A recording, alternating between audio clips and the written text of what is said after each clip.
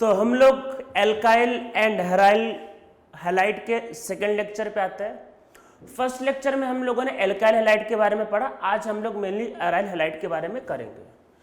पर इसको करने के पहले हम लोग एल्काइल हैलाइड में एक टॉपिक और समझ लेते हैं अबाउट एम्बिडेंट न्यूक्लियोफाइल।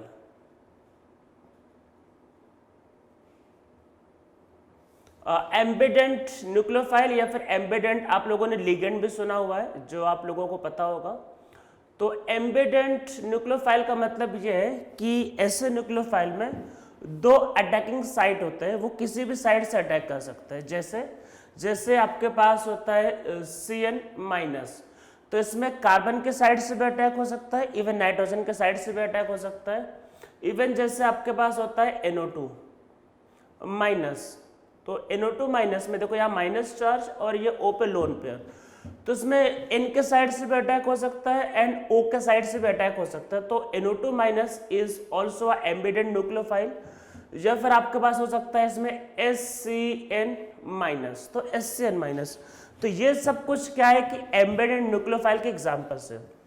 तो जैसे अगर आपके पास एक RX है, अगर आप इसका रिएक्शन KCN के साथ करते हो, KCN का मतलब होगा CN-। देखो KCN में के केस में क्या होता है, ये आपका आयनिक बॉन्ड होता है, K फटाफट टूट जाता है।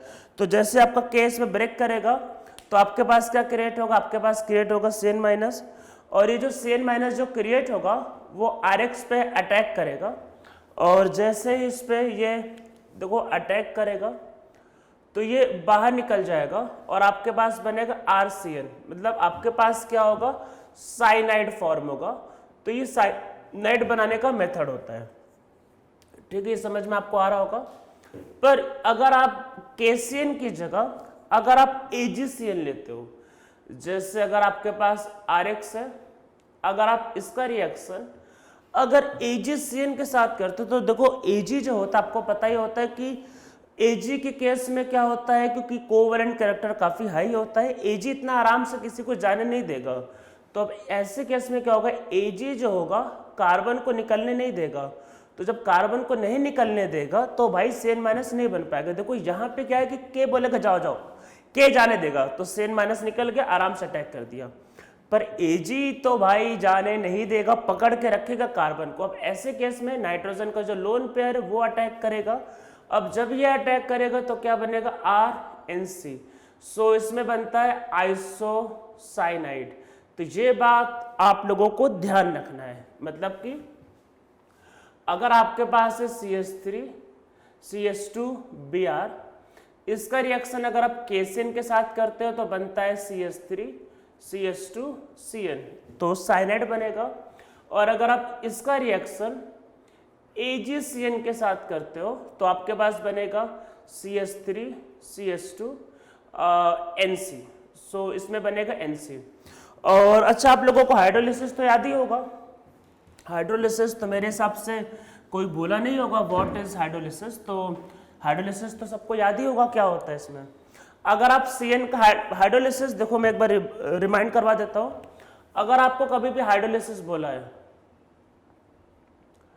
तो हाइड्रोलिसिस में क्या समझना है, हमेशा समझना है H+ एंड OH-, ये समझना है।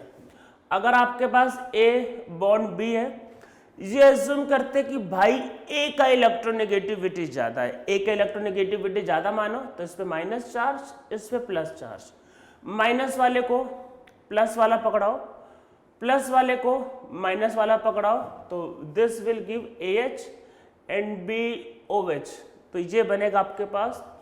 अगर आपके पास A डबल बॉन्ड B होगा, this will B minus and this will B plus, तो इसमें भाई दो बार करना, तो क्या बनेगा AS ट्वाइस। देखो दो बॉन्ड तोड़ो, दोनों बार तोड़ो, कोई दिक्कत नहीं, दो बॉन्ड है दो बार तोड़ो, तीन बॉन्ड है तीन बार तोड़ो, तोड़ो कोई दिक्कत नहीं। तो इसमें 2 time H and 3 time OH, सो बनेगा प्लस BOH ट्वाइस। तो हमारे पास ये एक्चुअल में इसका प्रोडक्ट आएगा, ठीक है, ये बात ध्यान रखना है।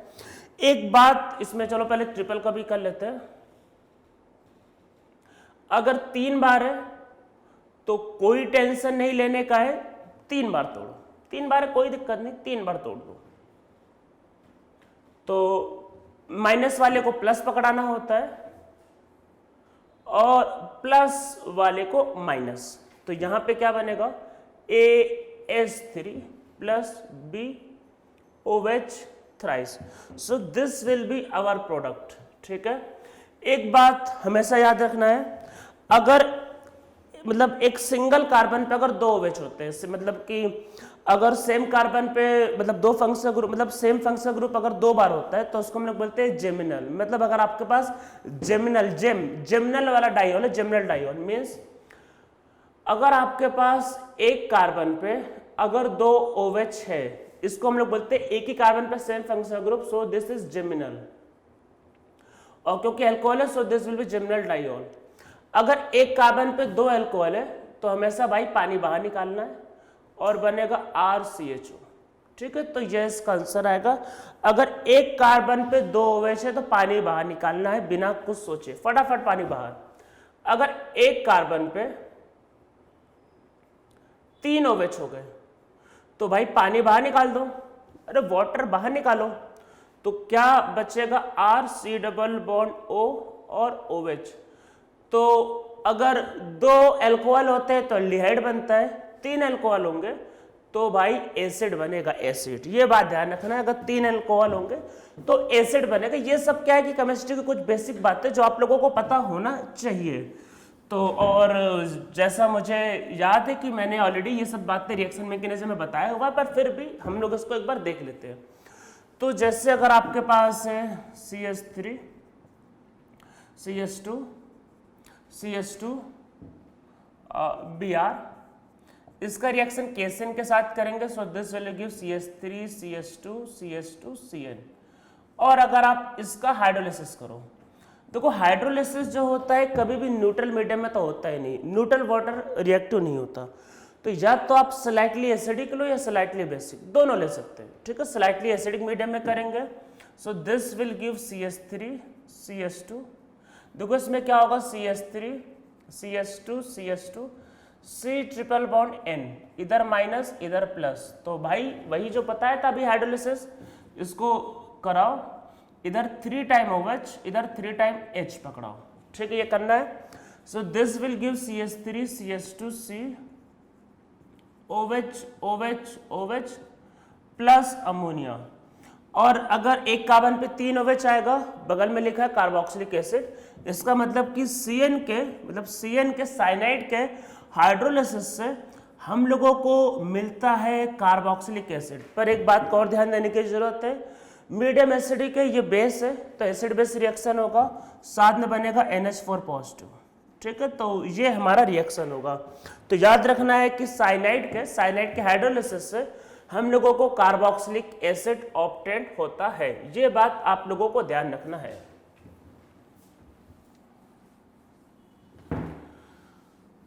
ठीक है, तो ये हो गया। इसमें एक बात और, एक रिएक्शन और लिख लेते हैं। अगर आप लोगों के पास RX है, इसका रिएक्शन अगर आप NO2 माइनस के साथ करते हो तो देखो 2 पॉसिबिलिटी है, R NO2, this is nitro alkene, plus बन सकता है RONO। ठीक है, इसको बोलते दिस इज नाइट्राइट। अरे नाइट्राइट भाई, नाइट्राइट एल्केन, नाइट्राइट मतलब कि ऑक्सीजन के साइड से बॉन्डिंग है। ठीक है, तो ये हमारा रिएक्शन हो सकता है इसमें। तो ये ध्यान रखना है कि अगर आप इसका रिएक्शन NO2 के साथ करते हो तो मतलब NO2 माइनस के साथ करते हो तो क्योंकि ये एक एम्बेडेड न्यूक्लियोफाइल है तो इसमें फिर आपके पास NO2 या फिर ONO बन सकता है। तो हमारे पास ऐसे 2 प्रोडक्ट आ सकते हैं। इसमें से कौन सा मेजर होगा कौन सा माइनर होगा तो वो तो आपका कंडीशन पे डिपेंड करता है। कंडीशन पे डिपेंड करता है मतलब अगर कंडीशन SN2 टाइप हुआ, मीन्स SN2 मतलब कि प्राइमरी हुआ या फिर आपके पास मतलब कि प्राइमरी हुआ या फिर आपके पास नॉन पोलर सॉल्वेंट हुआ तो ये बनता है। मतलब अगर आपके पास अगर SN2 हुआ मतलब SN2 टाइप कंडीशन हुआ मतलब कि प्राइमरी हुआ नॉन पोलर सॉल्वेंट हुआ तो ये प्रिफर करेंगे। पर अगर आपके पास कंडीशन SN1 टाइप हुआ देखो SN1 टाइप हुआ तो मीन्स कार्बोकेटायन बनेगा, और कार्बोकेटायन बनेगा तो ऑक्सीजन का जो का माइनस चार्ज है वो जाके जोड़ेगा।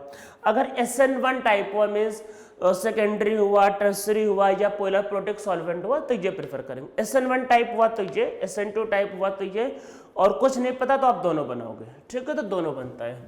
तो बस ये ध्यान रखना है कि मतलब आप अगर मतलब एल्किल हैलाइड पे NO2 माइनस जोड़ते हो तो दोनों पॉसिबल प्रोडक्ट होता है, ठीक है। अब हम लोग इसमें आते हैं भाई एराइल हैलाइड पे आते हैं। तो पहला हेडिंग लिखते हैं आपके पास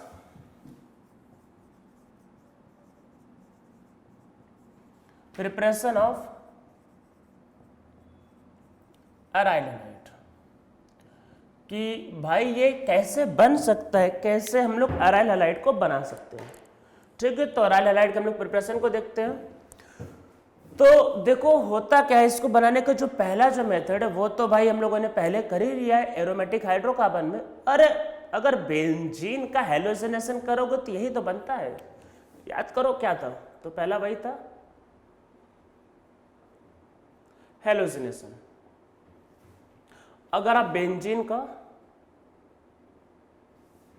हेलोजन के साथ रिएक्शन करते हो in the presence of Lewis acid, कोई भी ले सकते हैं like AlCl3, BF3 iron, FeCl3, तो आपके पास क्या बनता है बेंजीन पे halogen that is aryl halide, ठीक है, प्लस HX बाहर हो जाता है। इस रिएक्शन के बारे में अगर आपको डिटेल में पढ़ना है तो आप एरोमेटिक हाइड्रोकार्बन के लेक्चर में जाना, ऑलरेडी ये रिएक्शन हम लोगों ने काफी डिटेल में किया हुआ है, ठीक है। तो इसके थ्रू भी एराइल हैलाइड बनता है, ये आपको पता होगा। तो ये रिएक्शन में आप लोगों को याद होगा कि ये आयोडीन के लिए बहुत अच्छा मेथड नहीं था, और आयोडीन के केस में क्या होता है, जो सेकेंड स्टेप होता है वो स्लो स्टेप होता है। तो स्पेशली आयोडीन के लिए हम लोग एक रिएक्शन यूज करते हैं for aryl iodide, specially iodine के लिए। तो क्या होता है एक्चुअल में, बेंजीन की रिएक्शन अगर आप TlOOCCF3, ठीक है, Tl है भाई थैलियम, थैलियम कौन सा एलिमेंट, अरे बोरॉन, बोरॉन के नीचे एल्युमिनियम, गैलियम, इंडियम, थैलियम, वही थैलियम। थैलियम याद करो इनर्ट पेयर इफेक्ट वाला है, ये 3 वैलेंसी रखना प्रेफर नहीं करता, 1 वैलेंसी। तो यहाँ पे इनर्ट पेयर इफेक्ट होता है, 1 वैलेंसी प्रेफर करता है। तो भाई एकदम बेचैन रिएक्शन करने, मतलब ये 3 है भाई, एकदम बेचैन रिएक्शन करने के लिए तो तुरंत क्या करेगा रिएक्शन, और क्या बनेगा TlOOCCF3 ट्वाइस। ये मतलब स्पेशली हम लोग यूज करते हैं आयोडाइड के लिए, ये एक अच्छा लिविंग ग्रुप है भाई, निकलना चाहता है तो इसका रिएक्शन आप Ki के साथ करो। I minus is very good nucleophile, ये आपको पता होगा, वेरी गुड न्यूक्लियोफाइल है ये, तो बहुत अच्छा न्यूक्लियोफाइल है, तो फटाक से अटैक करेगा और ये बनेगा बेंजीन पे I, ठीक है। एक बार मैं देख लेता हूँ कि आप लोगों को पूरा ये वीडियो दिख तो रहा है ना स्क्रीन पे, हाँ ठीक है एकदम सही है, तो पूरा वीडियो कवर हो रहा है, मतलब मुझे लगा कि शायद राइट वाला पार्ट वीडियो के बाहर निकल गया, ठीक है। तो ये ध्यान रखना है कि बेंजीन पे आयोडीन आ जाता है, तो ये स्पेशली मतलब आपका एराइल आयोडाइड बनाने का ये अच्छा मेथड है, ठीक है। तो ये 2 मेथड हो गए। हम लोग अब इसके मेन मेथड पे आते हैं। मेन मेथड तो ये क्या था, ये तो ऐसे ही मेथड था मेन मेथड। तो हम लोग समझते हैं कुछ आपके पास मेन मेथड के बारे में। तो इसमें आपके पास एक देखते हैं आपका वही डाइजोनियम, डाइजोनियम भाई, डाइजोनियम सॉल्ट आप लोग पहली बार सुनने होंगे, पर ये समझ लो आपका बहुत इंपॉर्टेंट मॉलिक्यूल है ये डाइजोनियम कटायन, इंपॉर्टेंट मॉलिक्यूल, हाँ इससे ज्यादा इंपॉर्टेंट मॉलिक्यूल एरोमेटिक मॉलिक्यूल में तो कोई है ही नहीं। तो इससे ज्यादा इंपॉर्टेंट और इससे ज्यादा यूजफुल मॉलिक्यूल एक्चुअल में एरोमेटिक में कोई नहीं। थोड़ा रूम ठंडा हो गया है तो मैं इसी को थोड़ा बढ़ा लेता हूँ।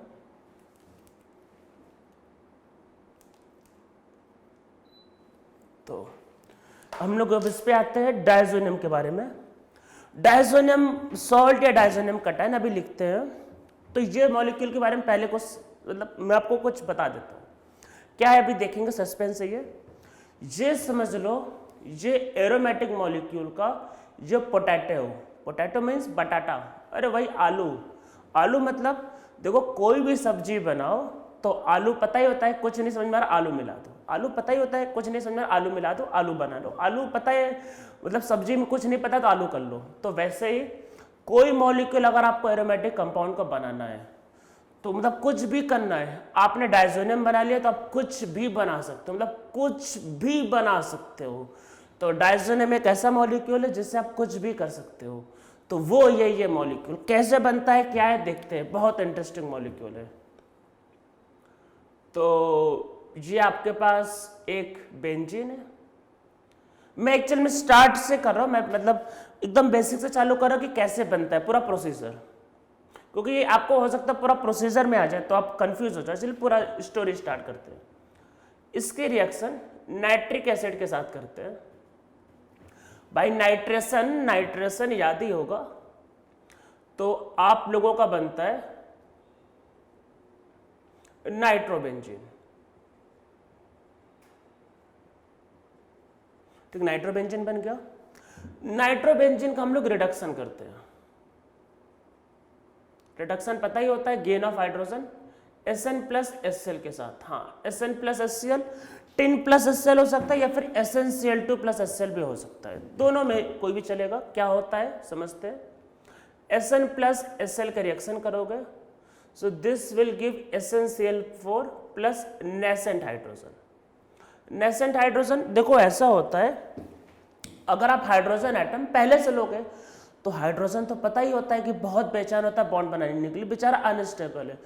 तो हाइड्रोजन एटम आपस में कंबाइन होकर H2 गैस बना लेंगे। H2 गैस हमारे काम का नहीं है भाई, H2 गैस कुछ नहीं कर पाएगा। हमको चाहिए नेसेंट हाइड्रोजन जो बॉन्ड बनाने के लिए एकदम बेचैन है, बस बॉन्ड बनाने को मिल जाए। तो हमको चाहिए कुछ वैसा। तो ऐसी चीज़ों को हम लोग क्रिएट करते हैं, मतलब जनरेट करते हैं और फिर इसका यूज़ करते हैं। तो हम लोग क्या है इसका यूज़ करेंगे, मतलब इसको जनरेट करेंगे। हाँ, ऐसी चीज़ों को बोलते हैं क्या, इन सिटू। इन सिटू का मतलब देखो, इन सिटू का मतलब ये होता है अगर आप किसी चीज को रिएक्शन के टाइम पे क्रिएट करते हो उसको बोलते हैं इन सिटू। हमको चाहिए हाइड्रोजन तो हमने इसको क्रिएट किया तो दिस इज इन सिटू। और एक होता है इसमें ध्यान रखना एक्स सिटू, मतलब एक्स सिटू। एक्स सिटू का मतलब कि आपने किसी चीज को बाहर से डाला, ऐसे समझो। हमको रिडक्शन करना था, हाइड्रोजन चाहिए, हाइड्रोजन एटम, हमको नेसेंट हाइड्रोजन चाहिए। अगर आप नेसेंट हाइड्रोजन को मार्केट से ले आए, खरीद के दे दिए, लो भाई कर लो, तो वो है एक्स H2 का मतलब कि भाई बाहर से आ सकता है। पर हमको पता है कि भाई हाइड्रोजन एटम तो एग्जिस्ट करता है नहीं, हाइड्रोजन एटम मतलब बॉन्ड बनाने के लिए बहुत बेचैन है, उसको आप रोक नहीं पाओगे। हाइड्रोजन को हाइड्रोजन दिखा तुरंत मिलकर एस्टो मॉलिक्यूल, मतलब रोक पाना इम्पॉसिबल। तो अब इम्पॉसिबल है तो भाई क्रिएट ऐसा करते हैं, इसको रिएक्शन के टाइम में क्रिएट करेंगे और जब तक H एटम दूसरे H एटम से कंबाइन उसके पहले किसी और से कंबाइन हो जाए। मतलब समझो कि ये H एटम ये H एटम है, उसको अगर नाइट्रोबेंजीन दिखा तो उस पर जाकर अटैक कर देंगे दोनों, और अगर नाइट्रोबेंजीन नहीं दिखा तो आपस में कंबाइन होकर एस्टो मॉलिक्यूल बना देंगे। तो क्योंकि H एटम को बना पाना ये एग्जिस्ट करवा मतलब करना इम्पॉसिबल है, तो X2 नहीं, X2 मतलब ये होता है कि बाहर से देना, हमको हाइड्रोजन चाहिए बाहर से दे दिया, तो ये X2 नहीं होगा, इन सिटू मतलब कि हम लोग रिएक्शन के टाइम पे क्रिएट करते खुद अंदर ही, मतलब अंदर ही क्रिएट हो अंदर यूज हो गया। तो अगर कोई भी चीज रिएक्शन के टाइम पे क्रिएट होता है और वही यूज हो जाता है तो उसको बोलते हैं इन सिटू, मतलब हमको जो चाहिए हमने वो रिएक्शन के टाइम पे क्रिएट किया। और कोई चीज अगर आप बाहर से देते हो तो वो होता है X2। जैसे नाइट्रिक एसिड हमको चाहिए तो भाई बाहर से दिया ना, रिएक्शन के टाइम पे तो क्रिएट नहीं हुआ। इसमें जैसे हमें चाहिए नाइट्रिक एसिड तो उसको बाहर से दिया तो वो है X2। तो जो रिएक्शन के टाइम पे कंज्यूम होता है उसको मतलब यूज मतलब आपका जो रिएक्शन के टाइम पे जो फॉर्म होता है और फिर कंज्यूम हो जाता है उसको बोलते हैं इन सिटू। हाइड्रोजन रिलीज होगा, रिड्यूस कर देगा, क्या बनाएगा, एनिलीन। ठीक है, इसका रिडक्शन हो गया, एनिलीन बन गया। ये एनिलीन को समझना है तो हम लोग इसको अब पहले मैं इरेज कर देता हूं क्योंकि एनिलीन मुझको चाहिए था। एक्चुअल में एनिलीन ही हमारा सारा फोकस था। तो एनिलीन पे आते हैं। एनिलीन बन चुका है, ये मान के चलते कि बाई एनिलीन आ चुका है।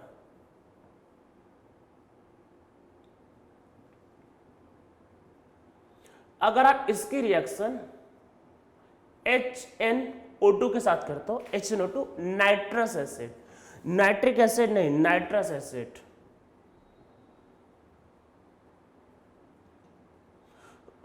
Temperature 0 to 5 degree. Temperature important है, हाँ बहुत इंपॉर्टेंट है। नॉर्मली मैं बोल देता हूँ कि जब टेम्परेचर इंपॉर्टेंट होगा तो याद रखना है, जैसे मैंने मोस्ट ऑफ द टाइम कहा टेम्परेचर इंपॉर्टेंट नहीं है, नहीं याद रखना है। इसमें टेम्परेचर बहुत बहुत ज़्यादा इंपॉर्टेंट है, याद रखना है। टेम्परेचर अगर बढ़ा दोगे तो वो मॉलिक्यूल नहीं बन पाएगा। हाँ ऐसा होता है क्योंकि ये एक केमिकल है, एक अनस्टेबल केमिकल जो लो टेम्परेचर पे एग्जिस्ट करता है। जैसे अभी मान लो कि सपोज करो कोरोना वायरस का वैक्सीन आ गया, तो हो सकता है वो एक पावरफुल केमिकल हो। पावरफुल केमिकल होगा तो वैसा मतलब जो केमिकल जो फॉर्मूला होगा वो लो टेम्परेचर पे एग्जिस्ट करेगा। हाई टेम्परेचर पे हो सकता है वो मॉलिक्यूल रिएक्शन कर जाए और वो कोई और मॉलिक्यूल बना दे। तो ये रिएक्शन लो टेम्परेचर पे होता है, 0 to 5 डिग्री, या फिर आपको लिख के आएगा वही 0 डिग्री या फिर लो टेम्परेचर। ऐसे केस में सीरीज ऑफ रिएक्शन होता रहता है। मतलब मैं क्या बताऊं, मतलब रिएक्शन होता रहता है एक्चुअल में, इस पे लोन पर होता है ये रिएक्शन करके, मतलब होता रहता है फाइनली। मतलब फाइनली क्या होगा वो देखो, उसका मैकेनिज्म एक्चुअल में बिल्कुल भी काम करे, मतलब वही लोन पर को अटैक करते रहते हैं, फिर H और O निकलता रहता है। फाइनली क्या होता है वही देखते हैं। फाइनली आपके पास जे मॉलिक्यूल में N ट्रिपल बॉन्ड N और यहाँ पे आता है प्लस चार्ज, ये मॉलिक्यूल बनता है। हाँ ये मॉलिक्यूल बनता है और इसी को बोलते हैं, ये जो मॉलिक्यूल जो बनता है इसी को बोलते हैं दिस इज डाइजोनियम। तो क्योंकि पॉजिटिव चार्ज है तो ये कहलाएगा डाइजोनियम कटायन। और इसमें क्योंकि नाइट्रोजन गैस है तो याद रखना है कि पूरे केमिस्ट्री में, मतलब पूरे केमिस्ट्री में बेस्ट लिविंग ग्रुप, मतलब कि लिविंग ग्रुप मतलब छोड़ के जाने वाला, तो सबसे ज्यादा जो मजा आता है कि छोड़ने में लोगों को छोड़ के जाने में जो सबसे ज्यादा जिसको मजा आता है वो है नाइट्रोजन। तो बेस्ट लिविंग ग्रुप मतलब कि इससे ज्यादा अच्छा लिविंग ग्रुप कोई नहीं। तो नाइट्रोजन क्या है कि तुरंत इवन समझो बेंजीन को भी छोड़ के चला गया, बेंजीन पे सोचो पॉजिटिव चार्ज आ गया, मतलब कि नाइट्रोजन को छोड़ने में बहुत मजा आता है। तो मान लो रियल लाइफ में ऐसा समझ लो कि कोई आदमी मान लो परेशान हो रहा है, मरने वाला भी है, उसको मतलब नहीं, वो छोड़ के चला जाएगा। तो वैसा बेंजीन पे positive charge, highly unstable molecule, उसको कोई मतलब नहीं, छोड़ के निकल लेगा वो, और गैस है तो उड़ जाएगा। तो बेंजीन को सॉल्यूशन में छोड़ दिया, उड़ गया, अब कोई कुछ कर ही नहीं सकता, उड़ गया, अब कहां से रिएक्शन होगी। तो ये है बेंजीन, मतलब ये आपके पास है फिनाइल कटायन। तो मतलब फिनाइल कटायन बन जाएगा अगर आप इसको हीट करोगे। हीट क्या मतलब कि आप इसको रूम टेम्परेचर पे भी लेके आओगे ना तब भी ये बन जाएगा। तो ये मॉलिक्यूल अगर आपको चाहिए तो टेम्परेचर 5 डिग्री या उससे कम होना चाहिए, 0 डिग्री, -5 -10 चलेगा, पर 5 डिग्री के ऊपर नहीं चाहिए, ये बात ध्यान रखना है। तो ये मॉलिक्यूल इसको बोलते हैं डाइजोनियम कटायन। अब होता क्या इंपॉर्टेंट मॉलिक्यूल, मैंने इसको आलू क्यों बोला, देखो ये मॉलिक्यूल हम लोग बना लेते हैं, मतलब इसको बना के इसको फ्रीजर में स्टोर कर लिए। मतलब मैं मान लो एक केमिस्ट हूँ, मैंने इसको बना लिया भाई, फ्रीजर में स्टोर कर लिया, आराम से रख लिया 0 डिग्री पे, -5 डिग्री पे। मुझको कुछ भी बनाना है तो मैं इसको निकालूंगा, ले आऊँगा, बाहर निकाला रूम टेम्परेचर पर, ये खुद ही उड़ गया, तो बन गया phenyl cation. Phenyl cation is very unstable highly reactive molecule, किसी से भी अटैक कर लेगा, किसी से भी, वाटर से अटैक करेगा अल्कोहल बना देगा। कभी मैं कराता हूं तो ये मतलब कुछ भी कर सकता है। तो अगर आपको जो मर्जी वो बना लो, मतलब इससे जो मर्जी वो बना लो, बेंजीन पे साइनाइड जोड़ लो, बेंजीन पे मतलब बेंजीन बना लो, फिनॉल बना लो, जो मर्जी वो बना लो, तो ये मॉलिक्यूल्स आप कुछ भी बना सकते हो। तो डाइजोनियम कटायन की हेल्प से आप केमिस्ट्री में मतलब कि एरोमेटिक कंपाउंड में कुछ भी बना सकते हो, मतलब कुछ भी आपका हो सकता है। तो ये एक्चुअल में रूम टेम्परेचर पे लेके जाओगे तो ये हो जाता है। तो मतलब कि ऐसा हो जाता है, नाइट्रोजन क्या होता है, बहुत अच्छा लिविंग ग्रुप निकल जाता है। तो मतलब कि अब इस पे आते हैं डाइजोनियम कटायन। या फिर समझो अगर आप इसको इसका रिएक्शन करते हैं HCl प्लस NaNO2 के साथ, ये और ये एक ही है, हाँ एक ही, हाँ भाई एक ही है। अरे NaCl निकल जाएगा बाहर, प्लस बनेगा HNO2, तो ये 0 to 5 डिग्री, तो ये लिख के आ सकता है या फिर ये लिख के आ सकता है, दोनों में एक ही होगा। पर ध्यान देने की जरूरत ये है, इसमें कटायन बनता है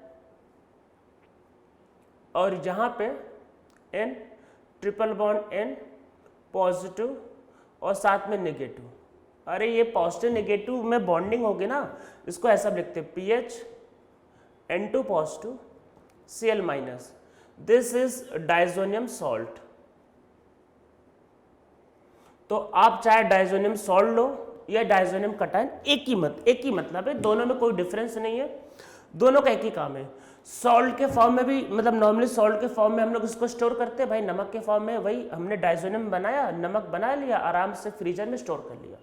तो डाइजोनियम सॉल्ट के फॉर्म में स्टोर करना ज़्यादा ईजी पड़ता है, ठीक है। 0 to 5 डिग्री, इससे डाइजोनियम कटायन, इससे डाइजोनियम सॉल्ट, कुछ भी बनाओ एक ही मतलब है, ये कुछ भी कर सकता है। तो देखो रिएक्शन में तो यही मॉलिक्यूल, ये तो सेल माइनस कुछ नहीं, रिएक्शन में यही जाता है, कौन सा, ये। तो इसको लिखते हैं। इससे क्या कर सकते हैं, इससे जो मर्जी वो कर सकते हो, सब कुछ मतलब करके देखते, जो मर्जी वो। अगर आपके पास है, देखो वाटर, इसको ध्यान देना है, इसको ये समझना है भाई N2 गैस तो उड़ गया है, तो इसको ये समझना है, ये प्लस वाला, पॉजिटिव वाला। अगर आप इसका रिएक्शन वाटर से करोगे तो H प्लस OH माइनस, अरे भाई प्लस पे माइनस वाला जाएगा ना, तो क्या बनेगा, फिनॉल। फिनॉल बहुत आराम से, कुछ करना भी नहीं पड़ेगा, कुछ भी नहीं करना है, सिर्फ इस मॉलिक्यूल को उठा के, सिर्फ इस मॉलिक्यूल को, मतलब सॉल्ट है, मतलब ये डाइजोनियम का सॉल्ट है, क्या करो, पानी है भाई, इस मॉलिक्यूल को उठा के पानी में डाल दो, कुछ भी नहीं करना, रूम टेम्परेचर, मतलब कुछ करना ही नहीं, टेम्परेचर 25, अपने आप बन जाएगा फिनॉल, कुछ नहीं करना है। तो समझ लो इससे अच्छा क्या बात होगी, मतलब बहुत अच्छा मॉलिक्यूल, आप इससे कुछ भी कर सकते हो। अब इसको उठा के अमोनिया में डाल दो, तो अमोनिया में H प्लस और NH2 माइनस, तो एनिलीन बना देगा, कुछ भी नहीं करना है इसमें। और इसमें क्या कर सकते हैं, इसको अगर H3PO2 के साथ, ये ध्यान रखना है कि अगर इसको देखो पॉजिटिव है, इसको नेगेटिव चाहिए, तो देखो H3PO2 में क्या होता है, फॉस्फोरस से काफी हाइड्रोजन जुड़े होते हैं भाई।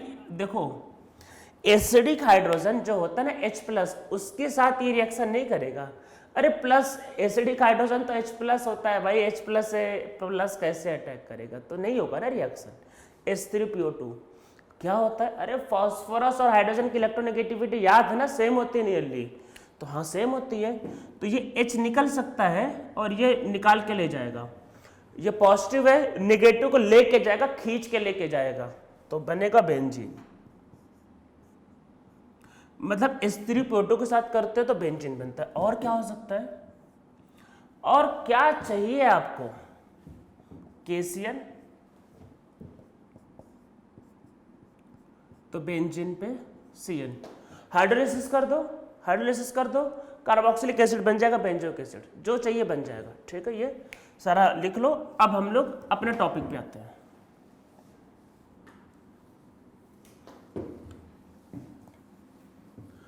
बहुत हो गया इसका रिएक्शन, बहुत हो गया चमत्कार, अब मेन टॉपिक पे आते हैं। BF4 माइनस, मतलब ऐसा हो जाएगा, मान लो NaBF4 कुछ दिया रहेगा भाई, तो BF4 माइनस में एक F माइनस से अटैक करेगा, बेंजीन पे बनेगा। ये फ्लोरोबेंजीन बनाने का यही अच्छा मेथड होता है, आराम से बन जाता है, कोई झंझट नहीं, कोई टेंशन नहीं। COCl लो,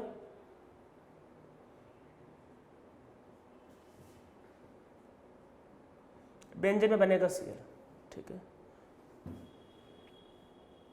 या इवन Cu प्लस HCl भी ले सकते थे,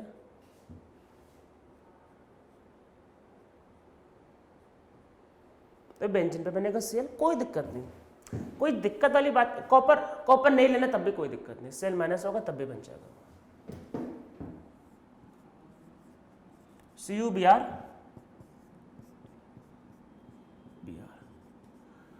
Ki, अरे I माइनस अटैक कराओ,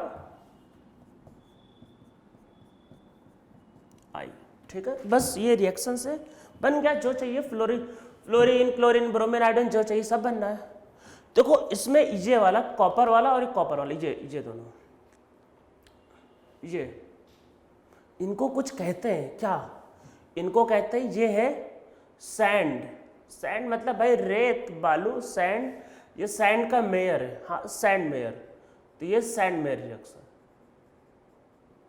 किसको, इसको और इसको, इसको मतलब कॉपर वाले को सैंड मेयर, इसको नहीं कहते, इसको कहते हैं गटरमैन रिएक्शन। अभी नहीं, बाद में कभी करेंगे। गटरमैन, अरे गटर वाला गटरमैन, क्या गटरमैन, हाँ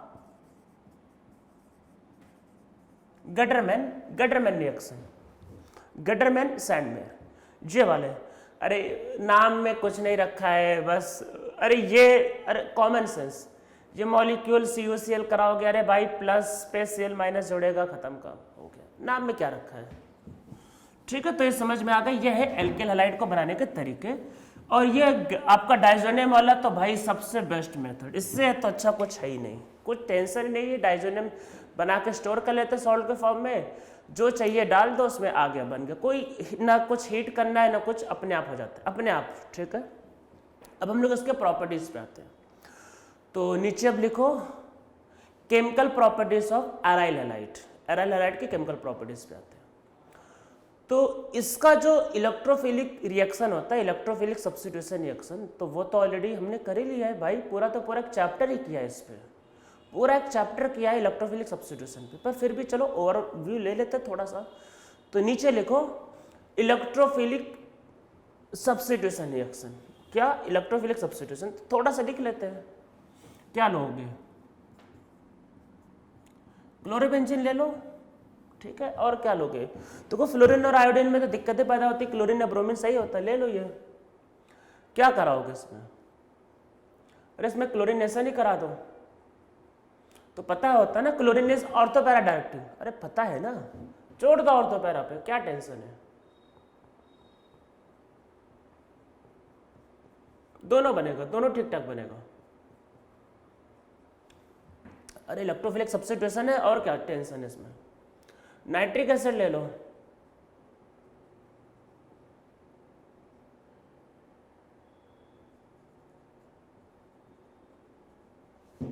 तो नाइट्रो वाला बन जाएगा इसमें, और क्या होगा, ऑर्थो और पैरा, ठीक हो गया ये। और क्या करवाना है, सल्फोनेशन, देखो सल्फोनेशन तो उतना अच्छा होता नहीं, मैं सल्फोनेशन प्रेफर नहीं करता, फ्रीडल क्राफ्ट करवा लो, अच्छा रिएक्शन है।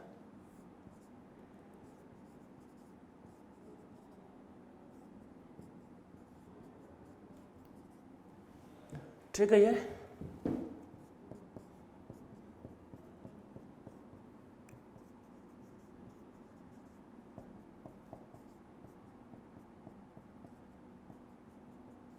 इसका साइज बड़ा है तो वैसे मेजर यही होगा, पर मेजर माइनर में मैं डिस्कस नहीं कर रहा था।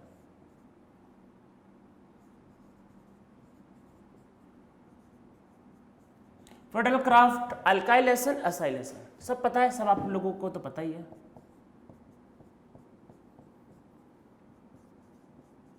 ये पैरा वाला और ऑर्थो वाला भी लिख लो, इसका ऑर्थो वाला खुद से कर लेना, ठीक है। तो ये सारे भाई है, क्या है, ये सारे हो गए आपके पास इलेक्ट्रोफिलिक सब्स्टिट्यूशन रिएक्शन, हम लोगों ने इसका एक क्विक समरी कर लिया, ठीक है। तो ये समझ में आ गया। अब हम लोग इसमें आते हैं किस पे, न्यूक्लियोफिलिक सब्स्टिट्यूशन पे। तो नीचे लिखो न्यूक्लियोफिलिक सब्स्टिट्यूशन रिएक्शन इन अराइल हैलाइड, ठीक है, न्यूक्लियोफिलिक सब्स्टिट्यूशन। अब पीछे जाओ, पीछे याद करो रिएक्शन मैकेनिज्म। रिएक्शन मैकेनिज्म में आप लोगों को 3 मॉलिक्यूल मैंने बहुत मना किए थे कि इस पे भाई रिएक्शन नहीं करवाना, याद करो कौन कौन से मॉलिक्यूल। एक तो कहा था अगर ब्रिज हेड पे हेलोजन जुड़ा है कुछ नहीं करेगा, कुछ भी नहीं करेगा, ना SN1 ना SN2 ना E1 ना E2, भूल जाओ, मैंने मना करवाया था, ये नहीं करता। और मैंने कहा था अगर डबल बॉन्ड पे हेलोजन जुड़ा है रेजोनेंस होता है, इसको बोला था विनाइल हैलाइड। मैंने कहा था भूल जाओ ये molecule SN1 SN2 E1 E2 जाएगा, इसको भी मना करवाया था। ब्रिज हेड पे अगर हेलोजन है कहा था भूल जाओ, डबल बॉन्ड पे हैलोजन है, भूल जाओ। और तीसरा मैंने कहा था अगर बेंजीन पे है, इसको मैंने कहा था फिनाइल, फिनाइल हैलाइड या फिनाइलिक, मतलब बेंजीन से जुड़ा हुआ, रेजोनेंस में है, नहीं जाएगा रिएक्शन। तो मैंने इन तीनों को मना किया था, मतलब कि ये तीनों रिएक्शन में नहीं जाते। न्यूक्लियोफिलिक के लिए मैंने मना करवाया था कि न्यूक्लियोफिलिक रिएक्शन नहीं होता। हाँ, तो इन तीनों में नहीं होता। इसका मतलब क्या है? इसका मतलब ये है इसका रिएक्शन केसियन से करोगे नहीं होगा। सिंपल केसियन बोला सेन माइनस नहीं होगा, मना कर देगा भाई, नहीं जाएगा। इसका रिएक्शन OH माइनस के साथ नहीं होगा। इसका रिएक्शन SH माइनस एक अच्छा, बहुत अच्छा न्यूक्लियोफाइल, बोलेगा अरे भाई मना कर दिया है ना, नहीं देना है रिएक्शन, क्यों बार बार परेशान कर रहे हो? कोई भी न्यूक्लियोफाइल लेके जाओ, नहीं करेगा रिएक्शन, सीधा सीधा मना करेगा, नहीं करना है रिएक्शन, खत्म काम। इवन एक चीज और, ये बेंजीन, अगर आप बेंजीन, मान लो बेंजीन है और आपने लिया AlCl3 और ये बेंजीन पे अरे Cl, फ्रिडल-क्राफ्ट एल्काइलेशन आपने सोचा, कौन सा फ्रिडल-क्राफ्ट एल्काइलेशन? तो ये मॉलिक्यूल, मतलब ये मॉलिक्यूल जो है आप होता है ना वो RX, यार फ्रिडल-क्राफ्ट एल्काइलेशन में RX होता है ना, तो ये फ्रिडल-क्राफ्ट एल्काइलेशन नहीं देगा। तो क्या याद रखना है? नो फ्रिडल-क्राफ्ट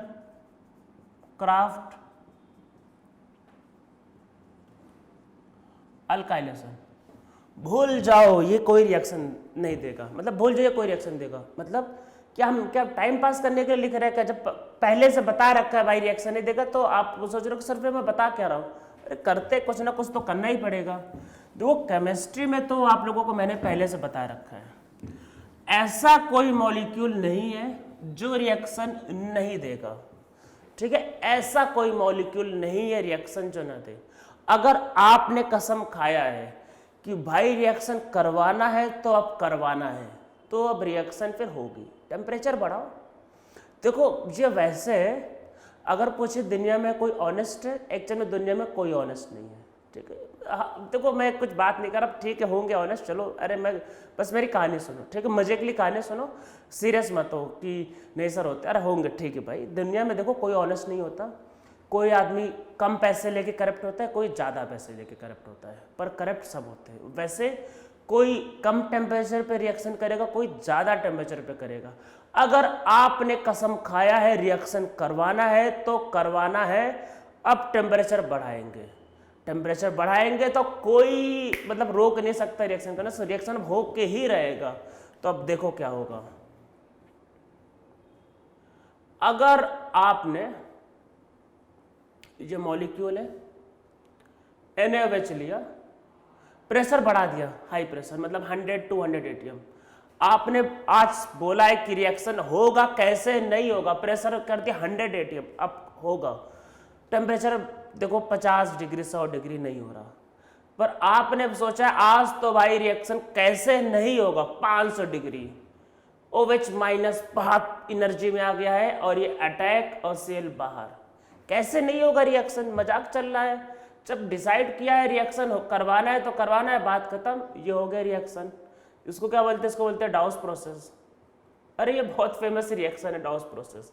तो NaOH का रिएक्शन बेंजीन क्लोरीन ब्रोमीन जो जोड़ना चाहो हो जाता है, हो जाएगा, हाँ, पर बहुत हाई प्रेशर पे, बहुत हाई टेम्परेचर पे। अगर आपने कसम खाया है तो रिएक्शन भाई होगा, ठीक है? पहले इसमें थोड़ा सा और कॉन्सेप्ट पे जाते हैं। तो इसका मतलब ये है कि ये मॉलिक्यूल रिएक्शन में जाने पे दिक्कतें पैदा करता है, तो क्या कर सकते हैं? अब पीछे फिर से एरोमेटिक वाले में जाओ। एरोमेटिक वाले में कहा था, मतलब एरोमेटिक हाइड्रोकार्बन में, कि रिएक्शन क्या होता है? Electrophilic substitution. हाँ, तो इलेक्ट्रोफिलिक सब्स्टिट्यूशन में क्या था कि मतलब इलेक्ट्रोफाइल अटैक करता था, ठीक है? अच्छा, अगर इलेक्ट्रोफाइल अटैक करता था तो देखो ऐसे समझो, ये बेंजीन इलेक्ट्रोफाइल को अटैक करना है।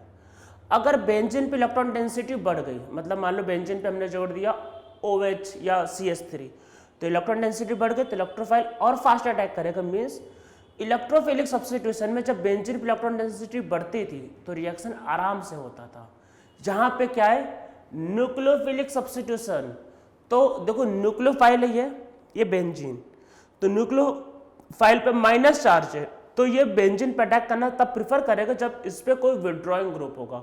तो जब बेंजीन पे आप कोई विड्रॉइंग ग्रुप लगाते हो तो रिएक्शन का रेट बढ़ जाएगा। ठीक है, तो इसमें नीचे लिखो, इसमें लिखो when strong electron withdrawing group is present on benzene ring then rate of nucleophilic substitution reaction on benzene increases। तो बेंजीन पे न्यूक्लियोफिलिक सब्स्टिट्यूशन का रेट बढ़ने लगता है। कैसे समझते हैं?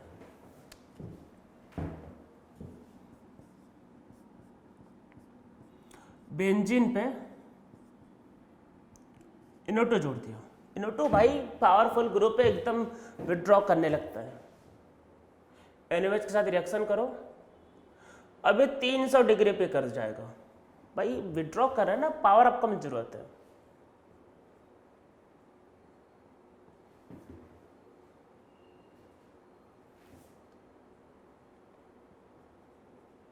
ठीक, ये हो गया। 2 NO2 जोड़ दो। जैसा आप लोगों को पता ही है, अगर आपने डिसाइड किया है रिएक्शन करना है तो करना है, टेम्परेचर बढ़ाएंगे तो ग्रुप जोड़ेंगे, करना है तो भाई करना है।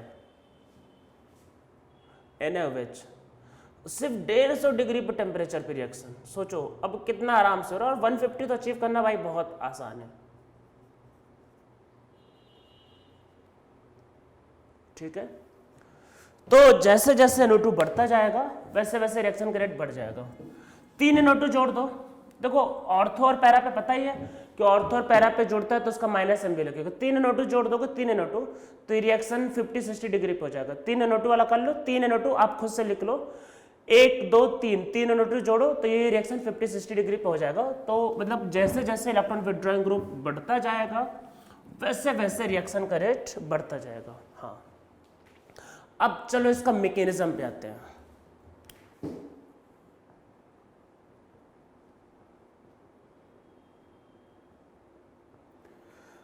मैकेनिज्म पे आते हैं तो पहले पुराने वाले को चलो समझते हैं। SN1, अरे SN1 भी तो वही था यार, न्यूक्लियोफिलिक सब्स्टिट्यूशन। पहले वहां पे आते हैं। RX निकल गया कटायन, अरे कटायन बनता है, निकल जाता है लिविंग ग्रुप, और फिर इस पर न्यूक्लियोफाइल का अटैक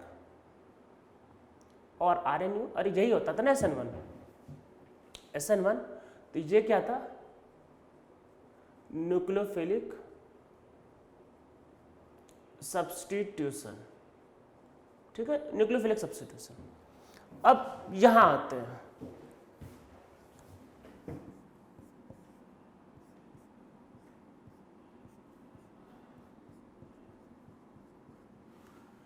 ये तो निकल गया, मतलब शरीफ इंसान तो निकल गया, ये नहीं निकलेगा।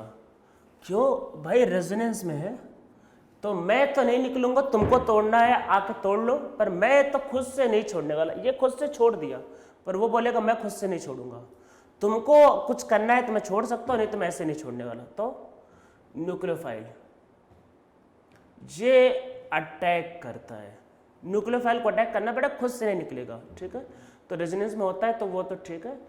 और ये इलेक्ट्रॉन पीछे शिफ्ट करेगा, ठीक है, बैक जाएगा।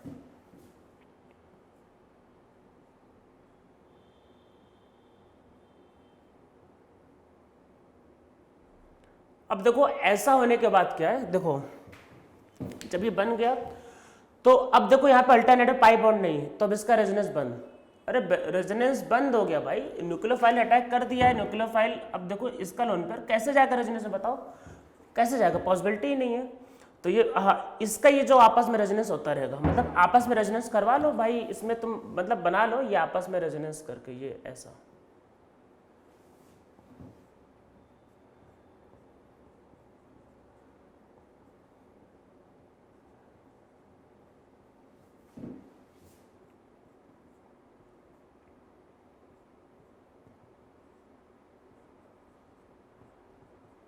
और इसका जो हाइब्रिड होगा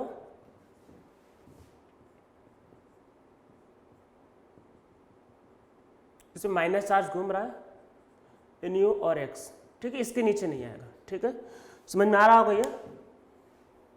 मस्त इरेज कर देते हैं, लिख लो फटाफट, मैं इरेज कर दूंगा, ठीक है? आप मतलब वीडियो को पॉज करके लिख लेना सारा ये।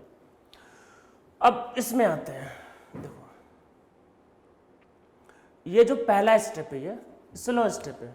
क्यों क्यों भाई स्लो स्टेप क्यों है? अरे भाई ये एरोमेटिक था, एरोमेसिटी लॉस हो गई, एरोमेटिक कैरेक्टर उसका खत्म हो गया, ये करवाना स्लो स्टेप है, ठीक है? तो इसमें नीचे लिखो, बहुत बहुत इंपॉर्टेंट है, मैं भी बताऊंगा क्यों। पहले नीचे लिखो, इसमें लिखो इन फर्स्ट स्टेप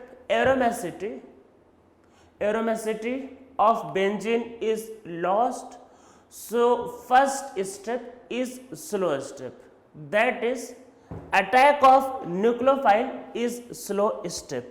न्यूक्लियोफाइल का अटैक स्लो स्टेप, ये बात ध्यान रखना है। अगले स्टेप में भाई वो नॉन एरोमेटिक हो गया है, अटैक बाहर, halogen is a good leaving group, निकल जाएगा, कोई दिक्कत नहीं।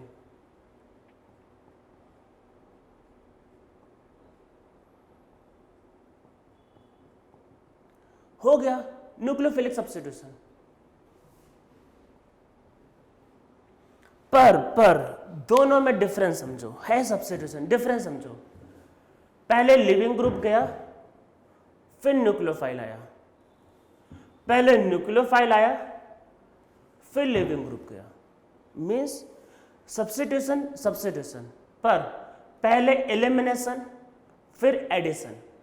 अरे एक सब्स्टिट्यूशन जो होता है वो एलिमिनेशन सब्स्टिट्यूशन का कंबाइन होता है, पहले एलिमिनेट हुआ फिर एडिशन, पहले एडिशन हुआ और फिर एलिमिनेशन, ठीक है? ये स्टेप स्लो है पहला वाला, दूसरा वाला स्टेप फास्ट है। तो स्लो और फास्ट का इंपॉर्टेंस बाद में समझेंगे, पहले दोनों में डिफरेंस लिख लो। ये जो एग्जांपल है, ये एग्जांपल है एलिमिनेशन एडिशन रिएक्शन का, पहले एलिमिनेशन फिर एडिशन। ये एग्जांपल है एडिशन एलिमिनेशन रिएक्शन का, ठीक है? तो इसमें नीचे लिखो alkyl halide gives elimination addition nucleophilic substitution reaction, elimination addition nucleophilic substitution reaction, अरे सब्स्टिट्यूशन है तो वाह। Whereas aryl halide, aryl ARYL, whereas aryl halide give addition elimination nucleophilic substitution reaction. तो यहां पे क्या होता है? Addition elimination nucleophilic substitution reaction, ठीक है? It is also known as ARSN, ठीक है? अरे एरोमेटिक न्यूक्लियोफिलिक सब्स्टिट्यूशन, ठीक है? या फिर आप इसको ऐसे लिख सकते हो SNAR, ठीक है? अरे वो SN1 था, SN2 था, तो SNAR न्यूक्लियोफिलिक सब्स्टिट्यूशन रिएक्शन लिख लो, nucleophilic substitution reaction in aromatic compound, ये इसका मतलब है, ठीक है? SNAR या फिर ARSN nucleophilic substitution reaction in aromatic compound, ठीक है? पहला स्टेप स्लो, ये बात को ध्यान रखना है। क्यों इतना मैं क्यों जोर दे रहा हूं? ये क्वेश्चन एग्जाम में आ रखा है और मैं बता रहा हूं, अगर ये नहीं पता है 100% आप गलत करोगे, 100%, इसमें 1% का डाउट नहीं कि आप इसको सही कर दो। अगर आपको ये चीज नहीं पता कि पहला स्टेप स्लो है, मतलब क्वेश्चन ये था।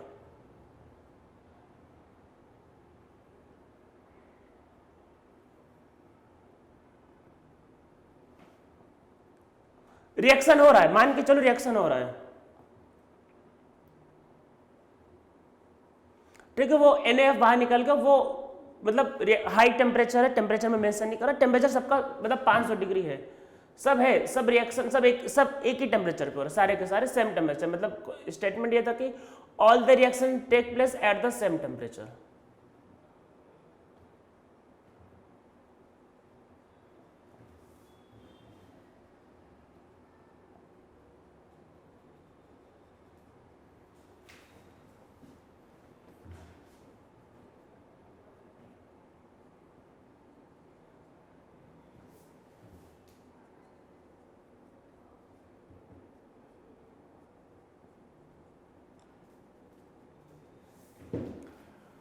इसको कर देते हैं रेट 1, मतलब ये रिएक्शन जितनी देर में हो रहा है, मतलब आधे घंटे 1 घंटे जो भी है, इसको मैं 1 कर देता हूँ, इसको 2 कर देता हूँ, इसको 3 कर देता हूँ। आयोडीन वाला भी लिख ही लेते हैं, जब इतना मेहनत करते हैं, एक और लिख लेते हैं।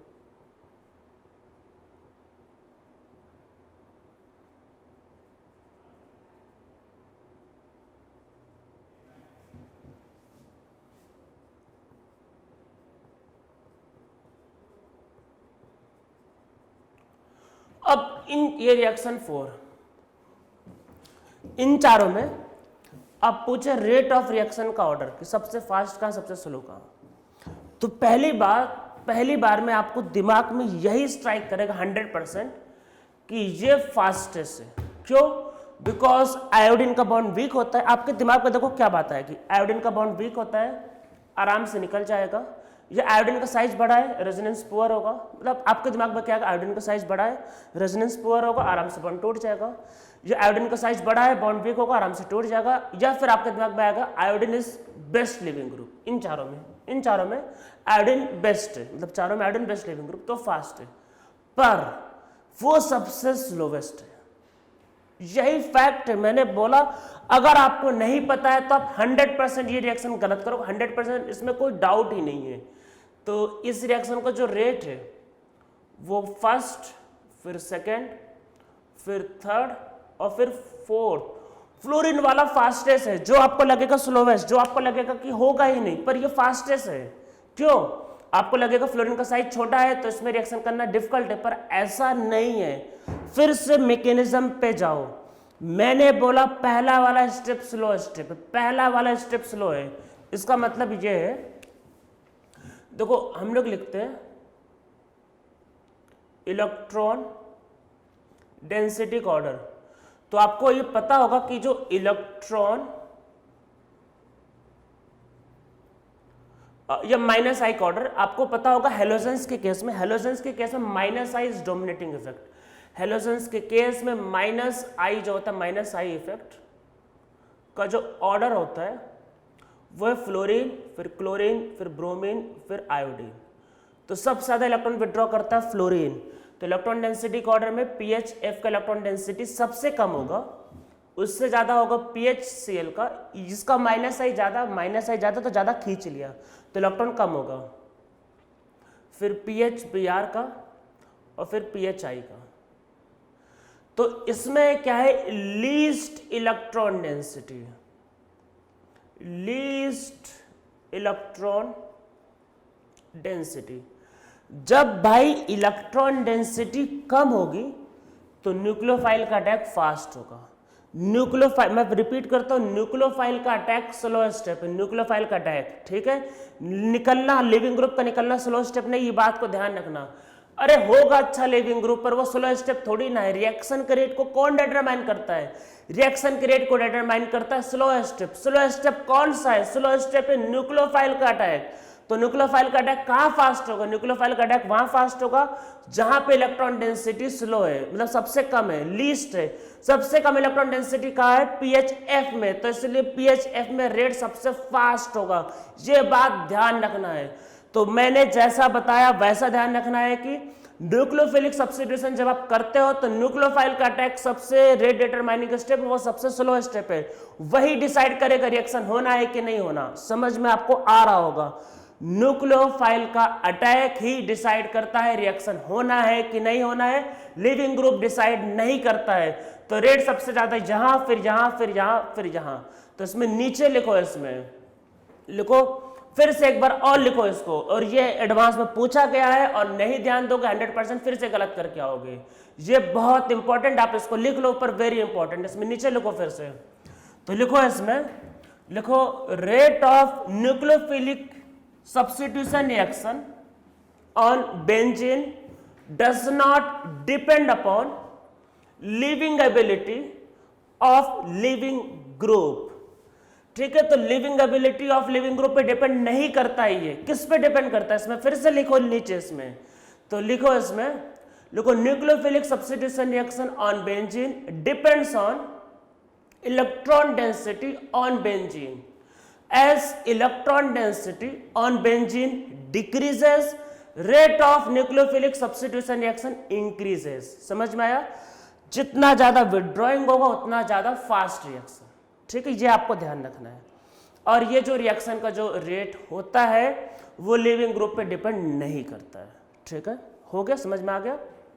अब देखो पीछे वाले में हमने क्या किया, हमने कहा कि बेंजीन पे हेलोजन लगा है तो NaOH का रिएक्शन करवाना है, तो भाई देखो क्या होगा, नहीं होता। मतलब देखो आप समझो, पहले बातों को समझो फिर से।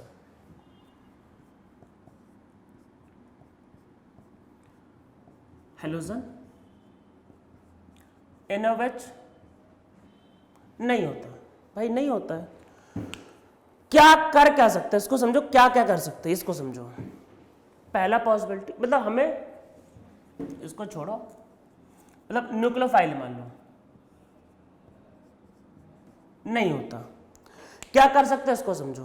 पहला, इसमें कोई विड्रॉइंग ग्रुप लगा दो, रिएक्शन हो जाएगी, हाँ हो जाएगी। मैंने कहा कि कोई स्ट्रॉन्ग इलेक्ट्रॉन विड्रॉइंग ग्रुप लगाओ, रिएक्शन हो जाएगी, करवा दिया, ठीक है, हो जाएगा। दूसरा, टेम्परेचर बढ़ा दो, 400 500 600 डिग्री कराओगे, हो जाएगा, ठीक है।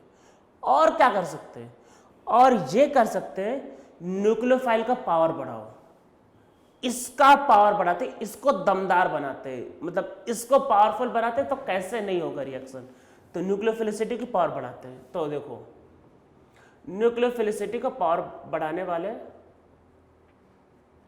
न्यूक्लियोफिलिसिटी या बेसिसिटी भी समझ लो, क्योंकि दोनों का भी एक ही काम, मतलब ये जो मॉलिक्यूल लेने वाले हैं तो ये दोनों काम करेगा। OH माइनस इससे पावरफुल होता है RO माइनस, चाहे बेस करो चाहे न्यूक्लियोफाइल, पर ऑक्सीजन से भी पावरफुल है नाइट्रोजन। अब हम लोग ले आते हैं नाइट्रोजन, बहुत पावरफुल। अब देखते कैसे नहीं होगा रिएक्शन। तो हमने बोला लो टेम्परेचर पे भी करवाएंगे और कोई विड्रॉइंग ग्रुप भी नहीं लेंगे, और लेंगे नाइट्रोजन। ना विड्रॉइंग ग्रुप की जरूरत है और ना ही टेम्परेचर बढ़ाने की जरूरत है, तब भी रिएक्शन करा के दिखाएंगे। तो अब हम लोगों को चाहिए एक स्ट्रॉन्ग न्यूक्लियोफाइल या फिर आपके पास एक स्ट्रॉन्ग बेस। मीन्स अगर आप इसकी रिएक्शन NaNH2 और साथ में लिक्विड अमोनिया, भाई अमोनिया सॉल्वेंट लेना पड़ेगा, मतलब आराम से, बहुत आराम से बन जाता है ये मॉलिक्यूल, बस साथ में NaX अलग हो जाता है, ठीक है। इसका मैकेनिज्म, इसका तो मैकेनिज्म बताना है, इसलिए तो रिएक्शन बताया है। ये वही है जिसका आप लोगों का था बहुत दिनों से इंतजार। कौन? बेंजाइन। इसमें बनता है बेंजाइन, बेंजाइन बनता है। हाँ, समझते हैं क्या है। तो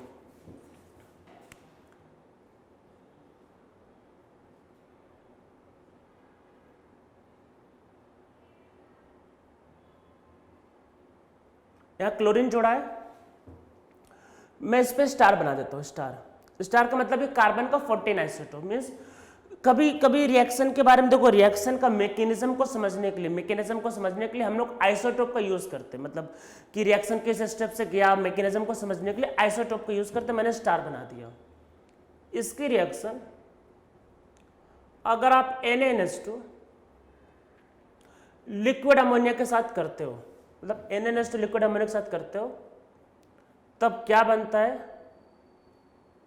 ये जो स्टार है जहां पे NH2 बनता है, पर साथ ही साथ ये जो स्टार है इसके बगल में भी NH2 बनता है।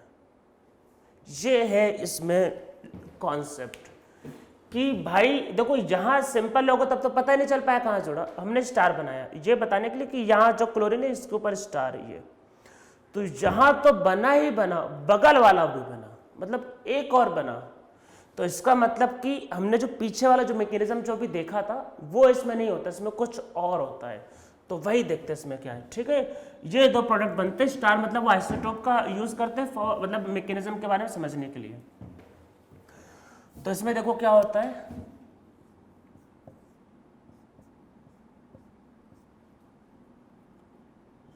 H और Cl, ठीक है, H और Cl।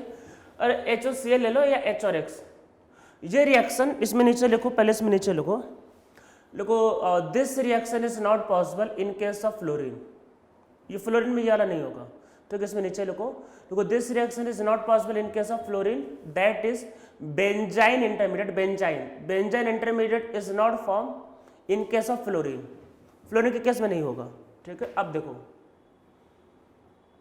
NH2 माइनस बहुत बहुत स्ट्रॉन्ग बेस, मतलब OH माइनस, एक तो हम OH माइनस को स्ट्रॉन्ग कहते हैं, उसका भी पावरफुल RO माइनस और उससे भी powerful NH2 minus, very very strong base. H double bond से जुड़ाए फिर भी लेके जाएगा, मतलब कैसे नहीं निकलेगा, ये बोलता कैसे नहीं निकलेगा तू, लेके जाएगा। और इसका इलेक्ट्रॉन जहां और ये जहां, कैसे नहीं निकलेगा। फ्लोरीन मतलब halogen is a good leaving group, fluorine को नहीं लेना, फ्लोरीन नहीं निकलेगा। फ्लोरीन देखो पिछला वाला केस खत्म हो गया, अब हम लोग बेंजाइन इंटरमीडिएट, बेंजाइन इंटरमीडिएट तब बनेगा जब ये एक अच्छा लिविंग ग्रुप होगा, तो इसलिए फ्लोरीन नहीं होगा, फ्लोरीन के केस में बेंजाइन नहीं बनेगा, ध्यान रखा, फ्लोरीन के केस में बेंजाइन नहीं बनेगा।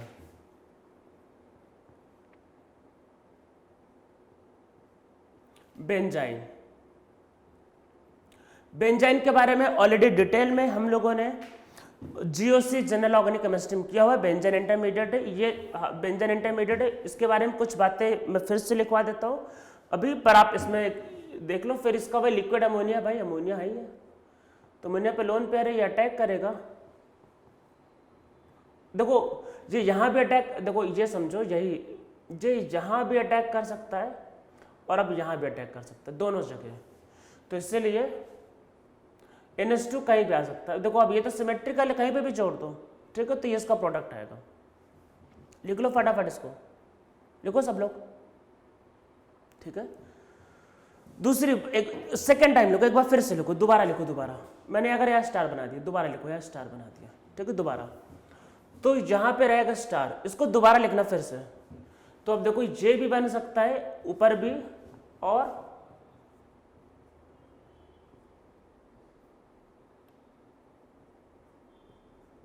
जे भी बन सकता है, ठीक है, दोबारा पूरा लिखना। तो देखो क्या होगा, तो स्टार वाले की जगह तो आएगा ही आएगा, ऊपर भी आएगा, ठीक है। तो ये स्टार मतलब आइसोटोप को इंडिकेट करने के लिए, ठीक है। तो ये सब लिख लो, ये पहले बेंजाइन के बारे में कुछ लिख लेते हैं, फिर इसमें और केसेस इसके करते हैं।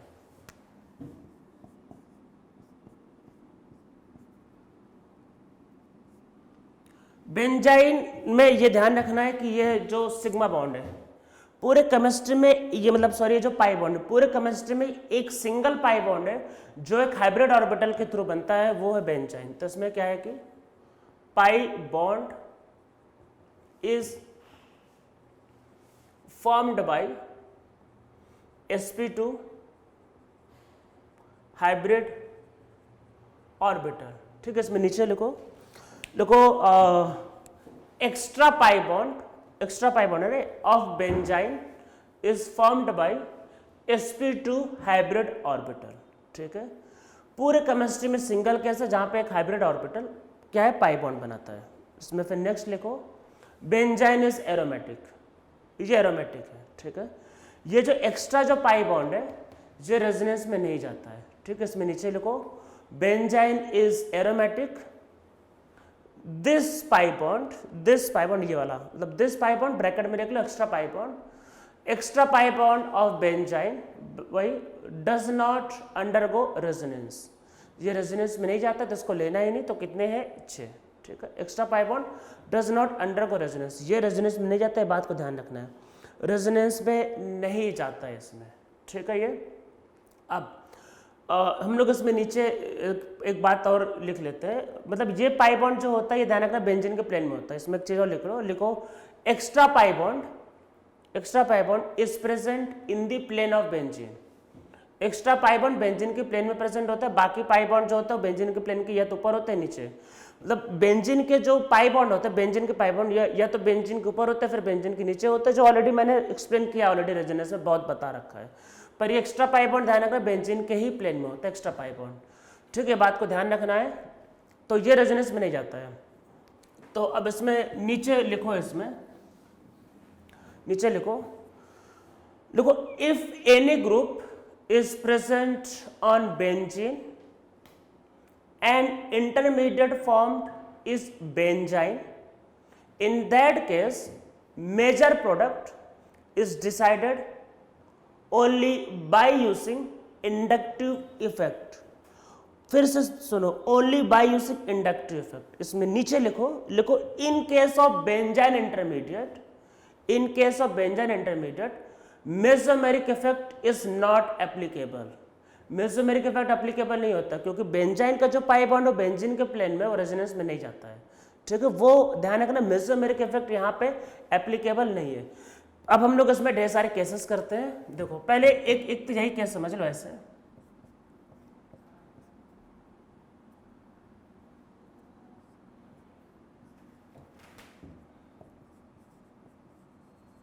इसमें स्टार इधर बना है, इसके सारे पॉसिबल प्रोडक्ट। तो देखो समझो, बेंजाइन इधर बन सकता है, इधर बन सकता है। अरे ये तो रेजोनेंस में घूमता रहता है, इधर भी आ सकता है, इधर भी आ सकता है। तो वैसे केस में इसको ध्यान से करवा लेना, ये प्रोडक्ट बनेगा।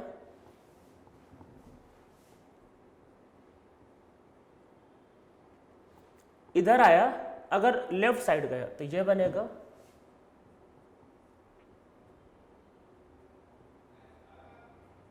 और राइट साइड आया तो ये भी बनेगा। 3 बन सकते हैं, ठीक है, समझ में आ गया। अब हम लोग आते हैं बेंजाइन इंटरमीडिएट के बारे में। फटाफट करते हैं और ये टॉपिक खत्म करते हैं।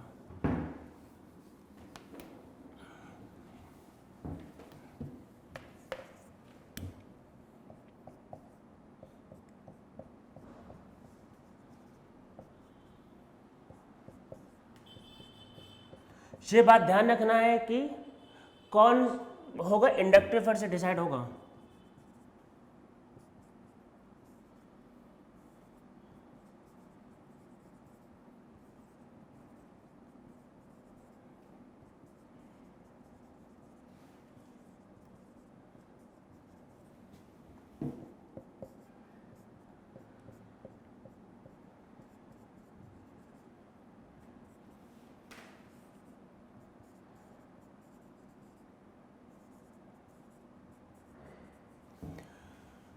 एक बात और लिख लो, अगर कोई स्ट्रॉन्ग इलेक्ट्रॉन विड्रॉइंग ग्रुप हुआ, मतलब जैसे कि NO2 और या CF3, और वो Cl के अगर वो ऑर्थो और पैरा पे है तो उसमें बेंजाइन इंटरमीडिएट नहीं बनेगा, ठीक है।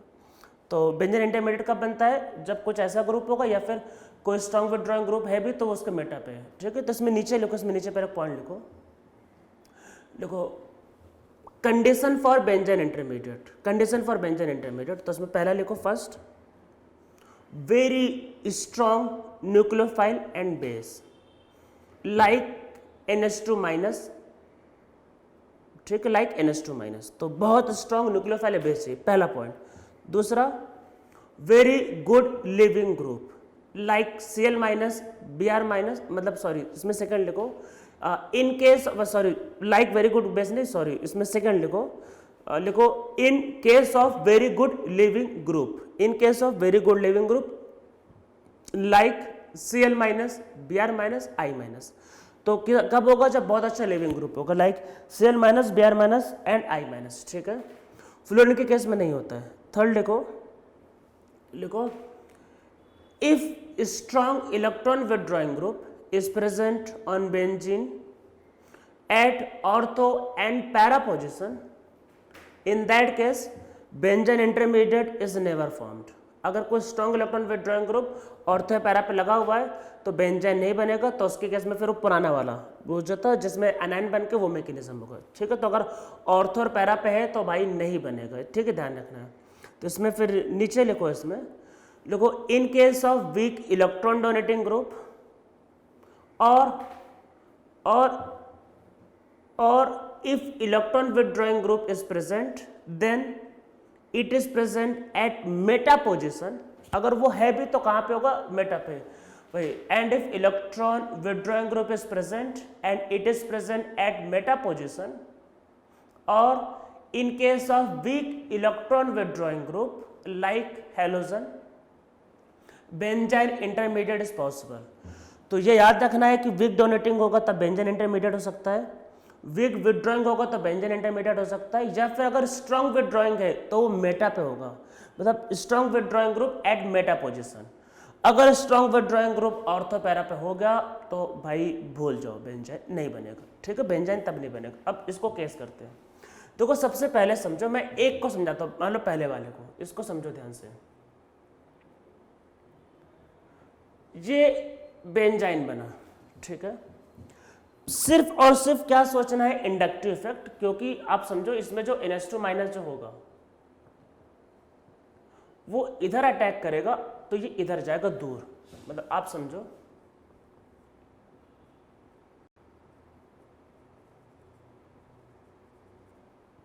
मैं एक बार देख लेता हूँ, ये दिख तो रहा है ना बोर्ड पे कहीं, तो ऐसा नहीं मैंने बाहर निकाल दिया, ठीक है, दिख रहा है, सही है।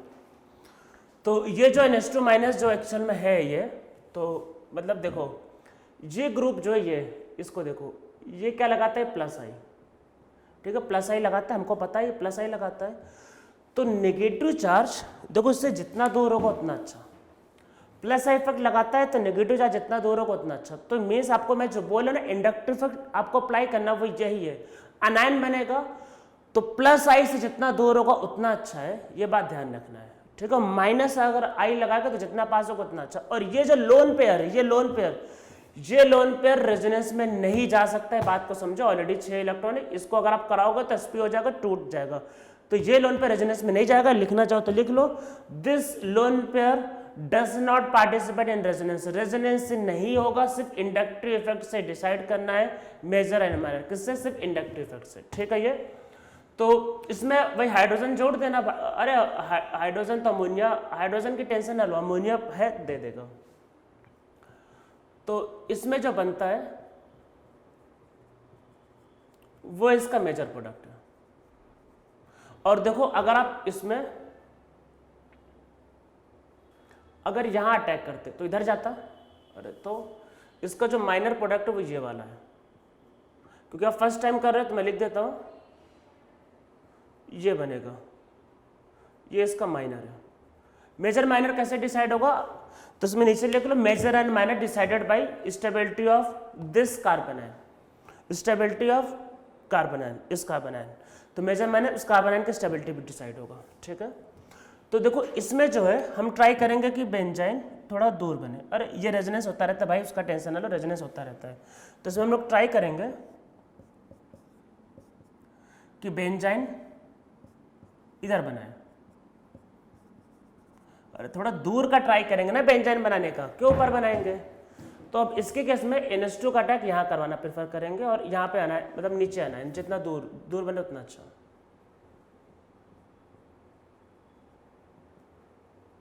ठीक है। ये यही होगा मेरे हिसाब से इसमें। हाँ इसमें चाहे एक केस और हो सकता है, अच्छा इसमें ऊपर भी तो बन सकता है, रुको रुको रुको रुको रुको, ऊपर भी तो बन सकता है, वो तो नहीं नहीं नहीं नहीं नहीं, अगर हम लोग ऊपर मान लो बनाते, देखो नीचे बनाएंगे, NH2 का यहाँ पे अटैक, देखो समझो समझो समझो मैं क्या कर रहा हूँ, इसको समझो। देखो NH2 का यहाँ पे अटैक, मतलब देख लो दिख तो रहा है ना, एक बार कहीं दस नहीं, मैं लेफ्ट ज़्यादा निकल गया, हाँ हाँ दिख रहा है एकदम सही है। तो देखो देखो NH2 का देखो यहाँ पे अटैक, देखो NH2 का यहाँ पे अटैक, ठीक है, यहाँ माइनस, तो प्लस आई से माइनस आई जितना दूर होगा, मतलब प्लस आई से माइनस वाला जितना दूर होगा प्लस वाले से माइनस वाला उतना अच्छा रहेगा, ठीक है। अगर आप इसको इधर बना दोगे, मतलब मान लो अगर इसको इधर बनाता तो इसको यहाँ अटैक करने पे पास होगा, नहीं नहीं नहीं, यही सही रहेगा, यही सही रहेगा, सबसे ज़्यादा यही बनेगा, मेजर यही होगा, और इस नीचे वाले भी मेजर यही रहेगा।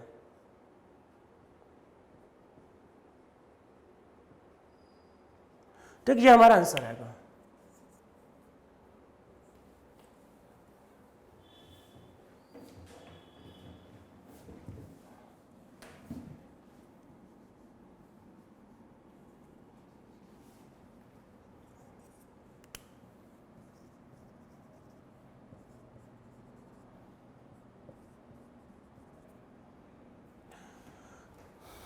फिर से मैं रिपीट कर रहा हूँ, ध्यान रखना है, सिर्फ माइनस आई का यूज करना है, सिर्फ माइनस आई, इंडक्टिव इफेक्ट, मेसोमेरिक नहीं, नो मेसोमेरिक, नो मेसोमेरिक, ध्यान रखना, नो मेसोमेरिक, ओनली किससे डिसाइड होगा, इंडक्टिव इफेक्ट। तो देखो ये बनेगा, OCH3, आप इसको देखो, तो जब NH2 माइनस का इस पे अटैक होगा तो ये इधर जाना प्रिफर करेगा उसके पास, मतलब क्योंकि माइनस आई तभी तो स्टेबल करेगा ना ये।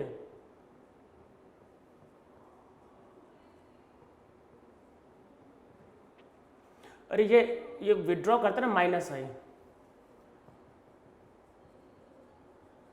ठीक है, तो ये बनेगा, मतलब इसके केस में जो मेजर होगा ये होगा।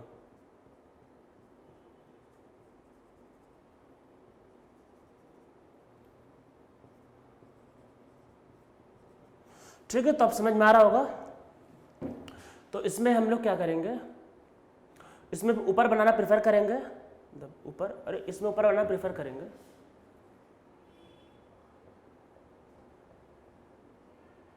और इसमें भी फिर यहाँ अटैक करना प्रेफर करेंगे, तो यही बनेगा। और इसमें नीचे बनाना प्रेफर, और इसमें नीचे बना के नीचे अटैक करना, तो इसमें यहाँ बनेगा।